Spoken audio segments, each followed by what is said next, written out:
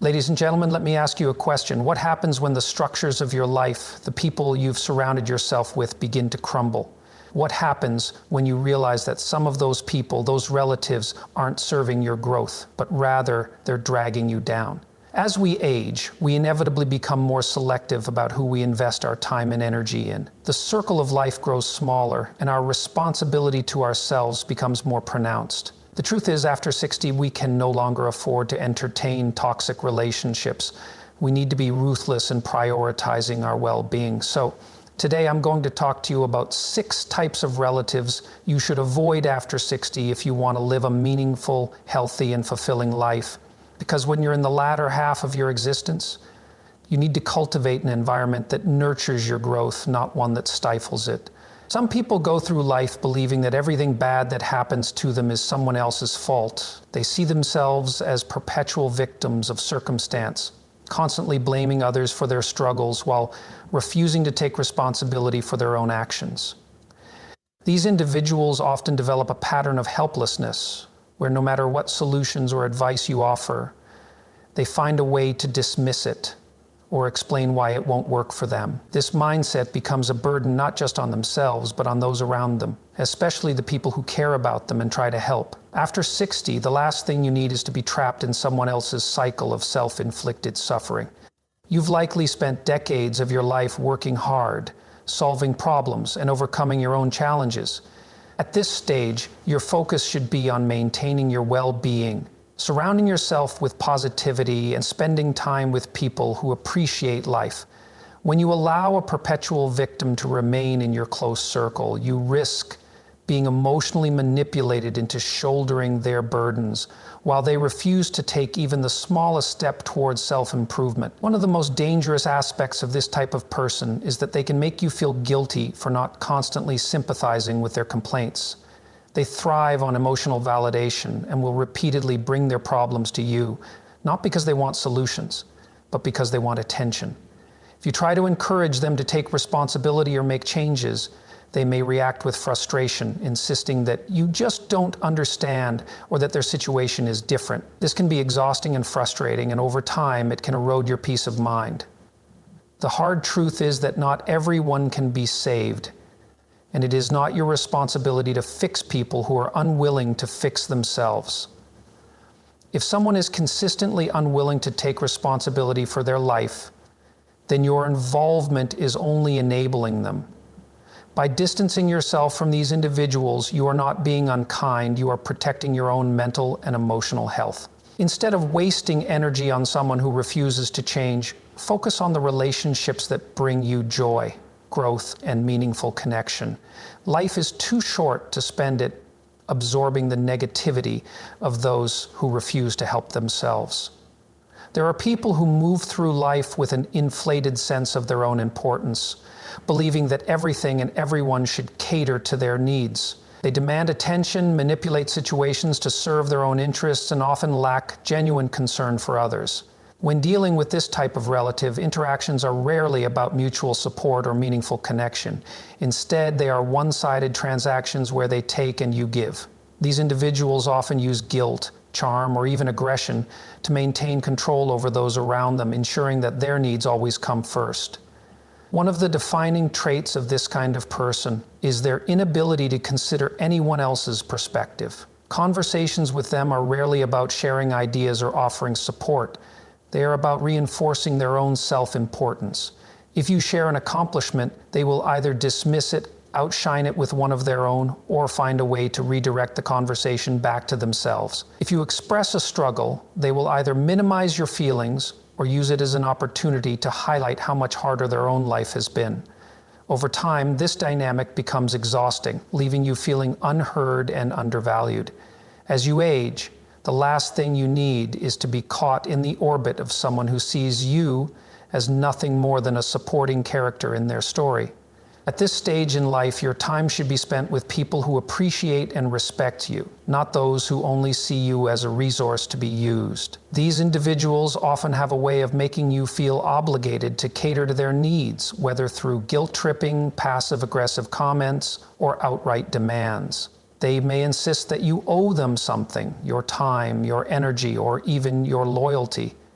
without ever reciprocating that effort. Cutting ties or setting boundaries with such a person is not an act of cruelty, it is an act of self-preservation.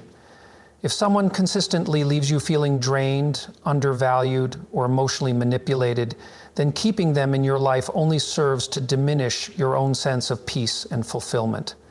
Surrounding yourself with people who genuinely care about you, who engage in balanced and meaningful relationships, is far more important than maintaining ties with someone who only sees you as a means to an end.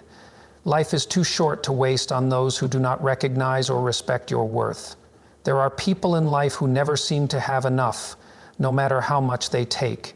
They always need a little help, always have an emergency, and always find a reason why they can't stand on their own 2 feet. At first, it might seem reasonable to lend a hand. After all, family supports family. But over time, a pattern emerges. The requests never stop, and the gratitude is often short-lived or entirely absent. What started as generosity becomes an expectation, and before you know it, you find yourself being treated like an open wallet rather than a valued person. One of the most dangerous aspects of dealing with this kind of relative is that they rarely acknowledge the burden they place on others. They will justify their dependence by pointing to misfortunes, bad luck, or external circumstances, but they will rarely make real efforts to improve their situation. Instead, they rely on others to cushion them from the consequences of their own poor decisions. Every time you help, they learn that they don't need to take responsibility because someone else will always step in. This creates a cycle where they take more, give less, and expect even more in return. As you grow older, your financial stability and peace of mind become increasingly important. You have spent decades working, saving, and planning for your own future. The resources you have should be used to support your own well-being, not drained by someone who refuses to take control of their own life. The danger in continuing to help a financial leech is that it often doesn't end with money. It extends into emotional exhaustion, constant stress, and sometimes even resentment. What should be a relationship built on love and mutual respect turns into one defined by obligation and frustration. Setting firm boundaries is not selfish, it is necessary. If a person only comes to you when they need something, you have to ask yourself what role they truly play in your life. Real relationships are built on mutual care, not one-sided dependence. It is one thing to help someone who is genuinely trying to improve their circumstances, but it is entirely different to support someone who sees you as their personal safety net. If a relative continues to take without any effort to stand on their own, it is time to step away. Your future is yours to protect, and you are not responsible for carrying the weight of someone else's unwillingness to grow. There are few things more toxic in a relationship than the presence of envy. It is a silent, insidious force that erodes trust, poisons conversations, and turns family connections into... An envious relative is not someone who simply admires what you have. They resent you for having it. Whether it's your financial success, your stable relationships, your good health, or even just your ability to find joy in life, they see it as an unfair advantage rather than the result of your own efforts. Instead of being happy for you, they seek to undermine, belittle, or passively diminish your accomplishments. These individuals often mask their resentment behind subtle jabs, backhanded compliments, or dismissive comments. If you mention a recent success, they might roll their eyes and say, well, not everyone has it so easy. If you express gratitude for something in your life, they'll find a way to remind you of how hard things are for them. Sometimes their envy manifests as outright hostility, creating unnecessary conflict or trying to make you feel guilty for your achievements. Over time, their presence in your life becomes exhausting because no matter what you do, they will find a way to view it through a lens of bitterness. After 60, your time is far too valuable to spend justifying your happiness to someone who refuses to celebrate it with you. You have worked hard for everything you have, and you deserve to enjoy it without feeling like you have to downplay your success to avoid triggering someone else's insecurities. If a relative cannot be happy for you, if they consistently try to diminish your joy, then their presence is not a source of support. It is a source of stress. One of the biggest dangers of keeping an envious person close is that their negativity has a way of creeping into your own mindset. The more you are exposed to their bitterness, the more you may start to question whether you truly deserve what you have, whether you should feel guilty for your success, or whether you should downplay your happiness to make them more comfortable. But you do not owe anyone an apology for the life you have built. It is not your job to shrink yourself so that someone else can feel better about their own shortcomings. Surround yourself with people who uplift and encourage you, not those who seek to tear you down out of jealousy. There is a certain type of person who thrives on knowing and spreading other people's business. They are always in the loop, always eager to share the latest scandal, and always looking for ways to stir up drama. At first, it may seem harmless, just idle conversation. But over time, their behavior reveals a deeper problem. Their focus is never on growth, meaningful discussions, or genuine connection. It is on control, manipulation, and the cheap thrill of tearing others down. These people do not build relationships, they build networks of gossip, where they trade in secrets and speculation, often at the expense of those closest to them. The danger of engaging with a gossiping relative is that you can never truly trust them. If they speak poorly of others to you, you can be certain that they speak poorly of you to others. They are not sharing information to help or warn. They are sharing it to entertain themselves, to gain social leverage, or to create division. The more you allow yourself to be part of their cycle, the more likely it is that your own words and personal matters will become fuel for their endless need to talk. Beyond personal trust, spending time with someone like this can have a corrosive effect on your own mindset. Gossip encourages pettiness, judgment, and negativity. Instead of focusing on things that matter, your health, your happiness, your personal goals, you get pulled into a constant stream of triviality and conflict. You may find yourself questioning relationships, feeling unnecessary resentment, or even losing respect for people based on nothing more than secondhand rumors. Over time, this damages not only your relationships with others, but also your own sense of peace and perspective. After a certain point in life, you have to ask yourself, what kind of conversations and relationships truly add value to your days? Being around someone who constantly gossips is a distraction from things that actually matter. If a person cannot engage in meaningful discussions, if they always seem to be focused on other people's mistakes, and if they never seem to encourage anything constructive, then their presence in your life is not a benefit, it is a burden. Choosing to step away from those who thrive on gossip is not just about avoiding drama. It is about protecting your mind from unnecessary negativity and making space for relationships built on trust and respect. There are people who see the world through a lens of constant negativity.